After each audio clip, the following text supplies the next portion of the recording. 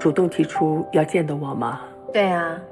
虽然我不太明白他为什么忽然改变了主意，但我觉得毕竟你们是一家人，坐下来好好聊聊和解最好。闹到法庭上，对谁都是一种伤害。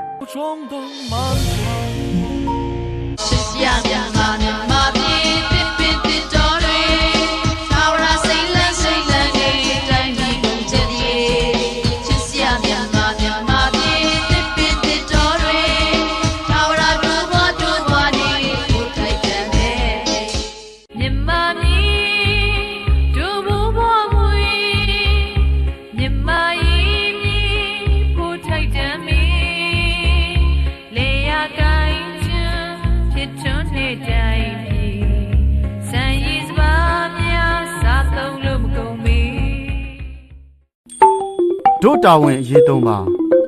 ပြည်ထောင်စုမပြိုကွဲရေးတိုင်းရင်းသားစည်းလုံးညီညွတ်မှုမပြိုကွဲရေးအချုပ်အခြာအာဏာတည်တံ့ခိုင်မြဲရေးနိုင်ငံတော်ရွှေသီးကိုကုန်ထုတ်လုပ်မှုအားပေးစို့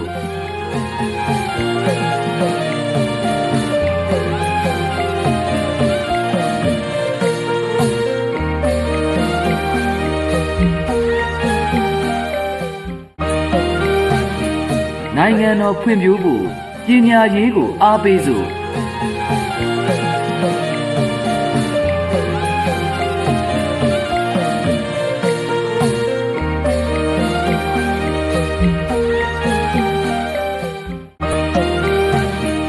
နိုင်ငံတော်တာယာဖို့သဘောပတ်ဝန်းကျင်ထိန်းရစို့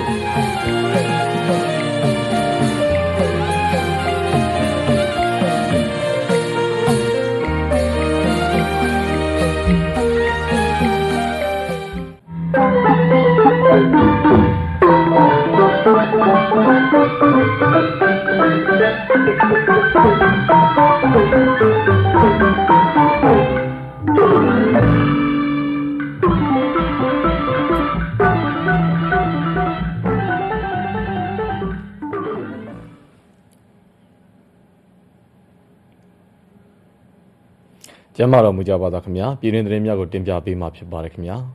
တတိယအကြိမ်ပြည်ထောင်စုလွှတ်တော်ဒုတိယပုံမှန်စည်းဝေးအထမနေ့ကိုဒီကနေ့မနက်10:00 နာရီတွင်နေပြည်တော်ရှိလွှတ်တော်အဆောက်အအုံပြည်ထောင်စုလွှတ်တော်စည်းဝေးခန်းမ၌ကျင်းပပါတယ်